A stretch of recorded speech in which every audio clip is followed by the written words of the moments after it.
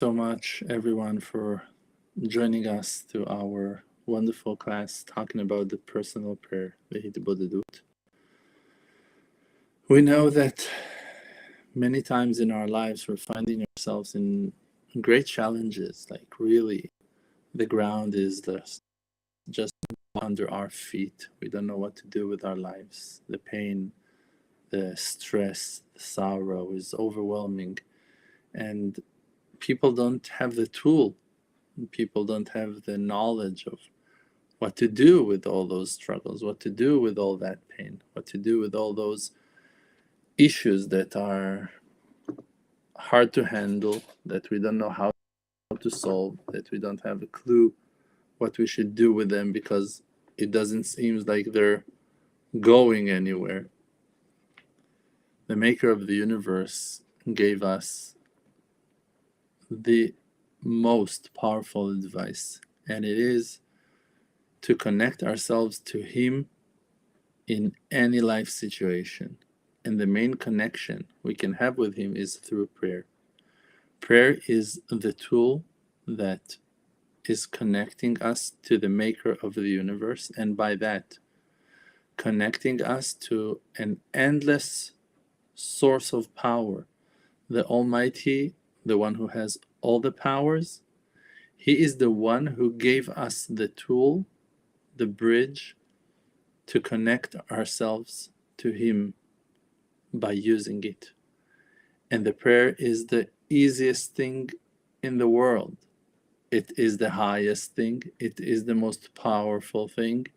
And because that it is so simple and easy to use, people cannot appreciate it. People can't find it as powerful as it is. Means that like that you used to breathe, and oxygen is so like common. You just like breathe with no problem. You don't need to do any major effort to breathe.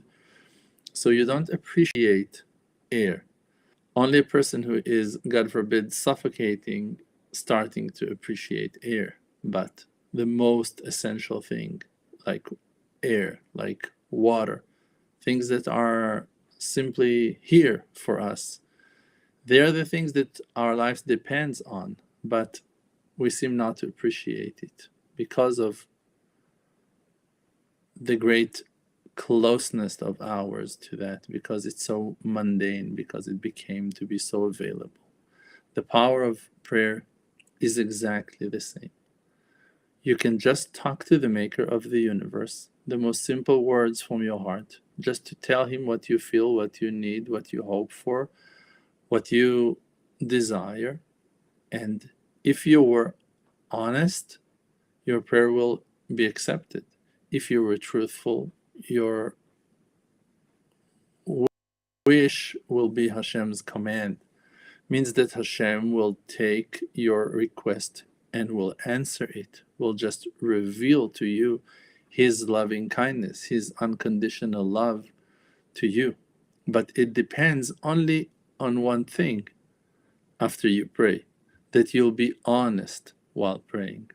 When Hashem hears an honest prayer, He is accepting it and answering it. Now, of course, that there are many life situations that people prayed and prayed and prayed and have not been answered, and you're going to ask why. I was crying, I was so broken, I was so honest, I screamed my heart out. Like, what do you mean that you want to tell me I wasn't honest? No. Sometimes big shipments takes long time to come, to travel.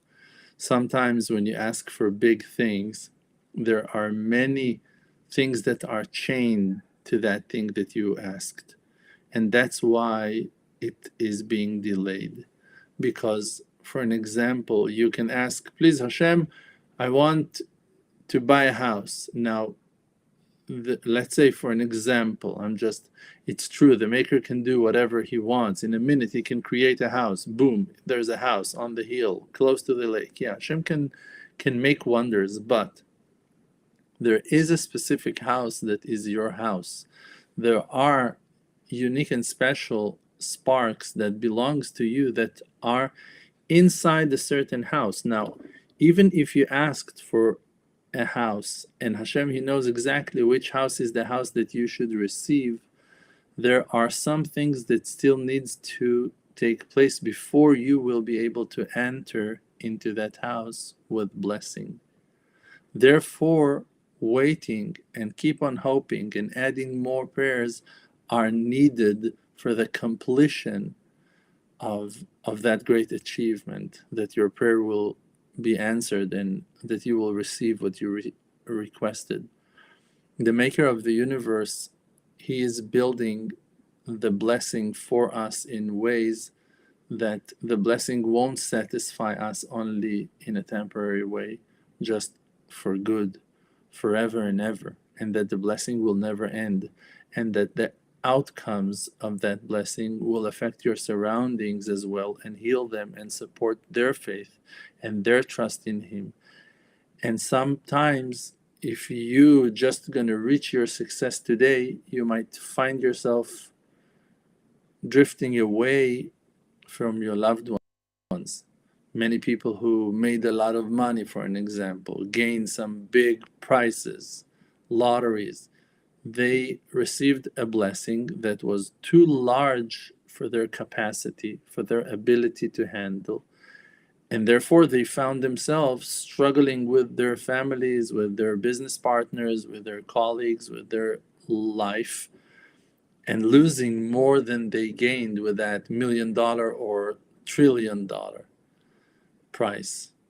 Sometimes the spiritual effect of a spiritual salvation can uplift you to places that you will find yourself far isolated from your family, from your relatives, from your friends. So the spiritual salvation that you're asking for might take you away from people that, if you would realize that that will be the effect of your prayer to be accepted, you wouldn't want it anymore, or at least you would start praying for your friends to have the ability to hold on and to embrace and receive and enjoy that blessing that you've been blessed with as well, with you, that they will join you, that the blessing will be mutual.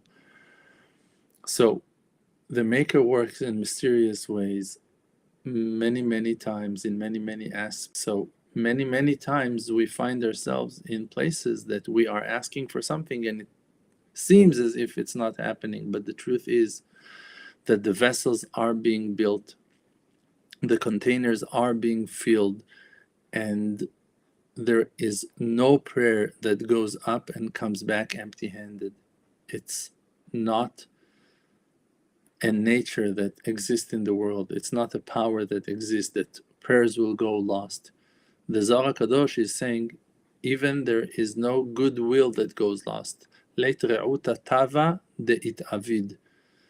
Even a goodwill of a person, he's just like wondering, thinking, hoping maybe he would do something good, and that's where it ends. Like, he does not move a finger towards a good act. No, he's just thinking, maybe I will do that, maybe I should do that, that's it, and that's where it's finished. Like, he will never gonna think about even doing it anymore in his life.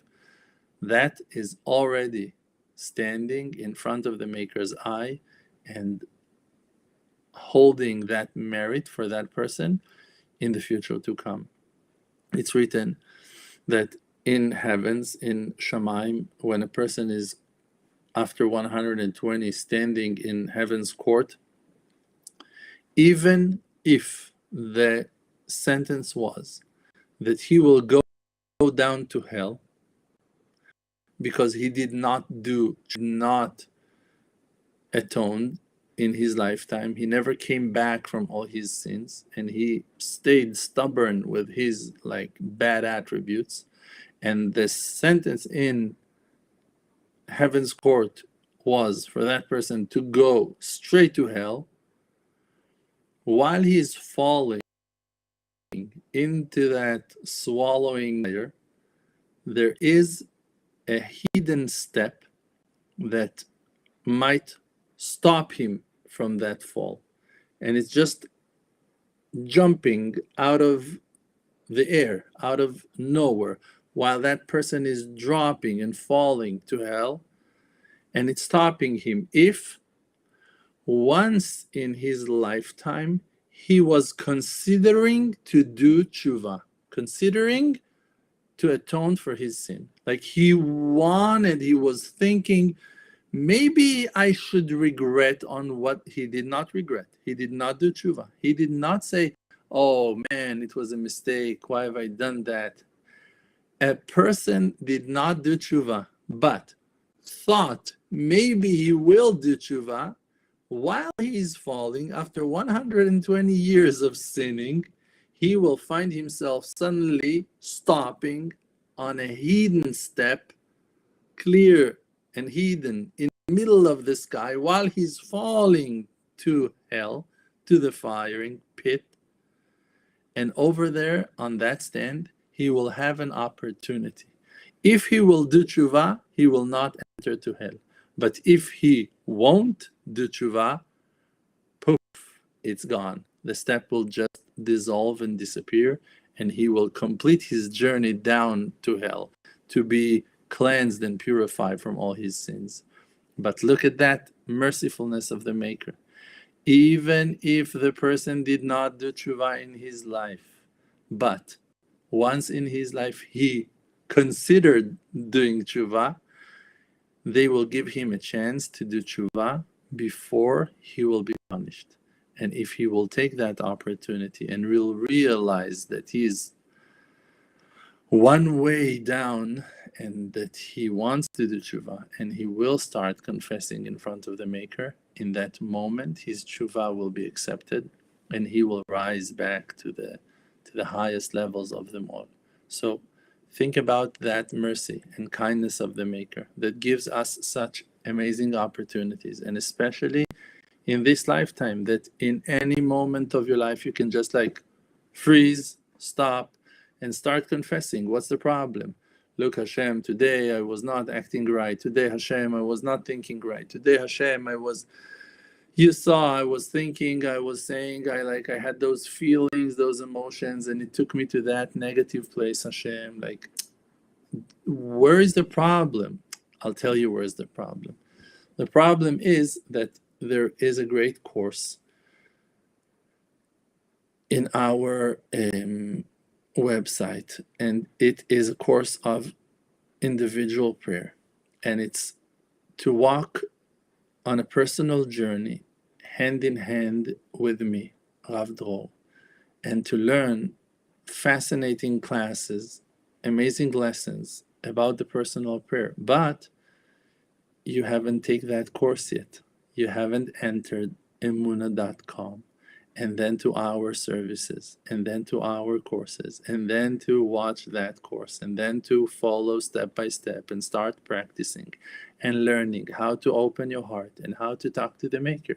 So because that you choose not to do so, you don't know how to do it properly, and that's how you find yourself struggling again and again, over and over, in the same problems.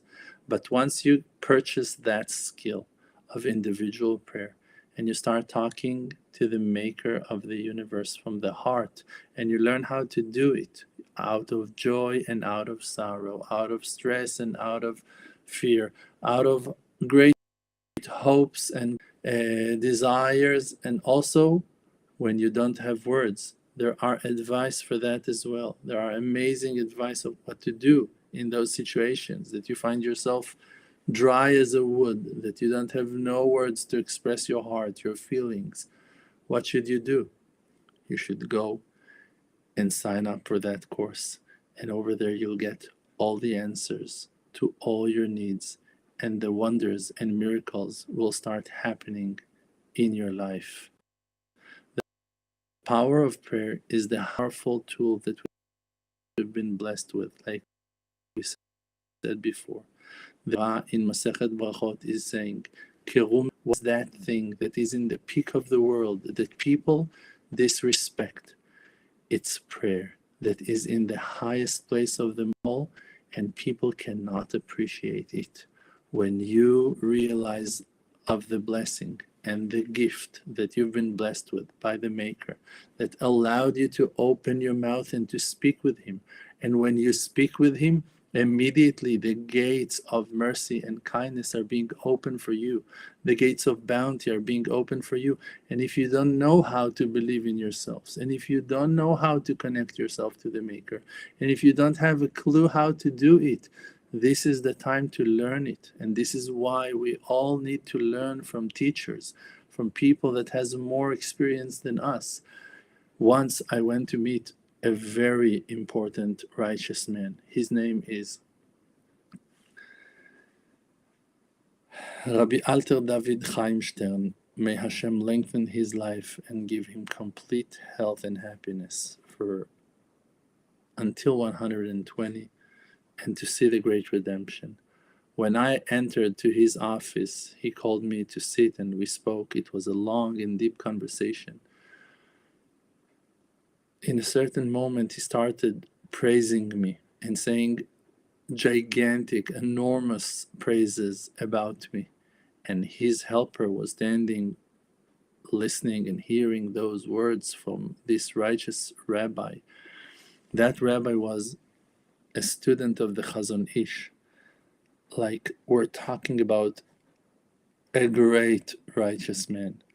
And praising me, this simple person, this Baal Tshuva that is coming from wilderness, such praises that he praised me was overwhelming to hear. And the helper couldn't stop himself from being so surprised. And Rav Stern saw the look on his face and asked him, do you want to know how he achieved those levels that I was praising him for? So the helper answered yes. So Rav Stern answered to him, because of thousands of hours of individual prayer that he prayed, because of thousands of hours of Hitbodedut. That's what he said. And it's the truth. I definitely prayed thousands on thousands of hours of Hitbodedut. I literally went every day for hours on hours, 4 hours, 6 hours, 11 hours, 5 hours, 8 hours, each day, 2 hours in the afternoon, another 5 hours at night, 3 hours in the next morning, 4 hours next day afternoon, 3 hours late at night, and in the next day again and again, and over, for hundreds on hundreds, maybe thousands of days. There were few long years that was the main thing that I would do. I would go to the grave of Shimshon HaGibor close to Bet Shemesh, and I went to the grave of Dan, the son of Yaakov, over there as well. And I went to graves of tzaddikim in Hot and in the cemetery in Bnei Brak, to many righteous people who drove to Rabbi Shimon Bar Yochai, to Rabbi Meir Baal HaNes, to the grave of Rabbi Akiva, and to Rabbi Yochanan, to Rabbi Eliezer ben Horkenus, to the Ramchal HaKadosh, to many righteous people, and hundreds and thousands of hours on the beach at night, in the forests, Yar Yerushalayim, the forest in Jerusalem, and other forests in the desert of Yehuda, Judah, close to Yerushalayim, and in the alleys of Yerushalayim, in the streets. We would finish in the evening meal at Shabbat night. I would go and do Hitbodedut in Yerushalayim until the next morning for many Shabbatot, one Shabbat after the next and another Shabbat after the next, 6 hours and 8 hours Hitbodedut, praying and crying for the people of Israel. From someone that has such enormous life experience and knowledge about prayer, you should learn from. And it's not to praise me, it's to give you that tool. That tool is available for you. Sign up for the course and you shall see wonders. Thank you so much.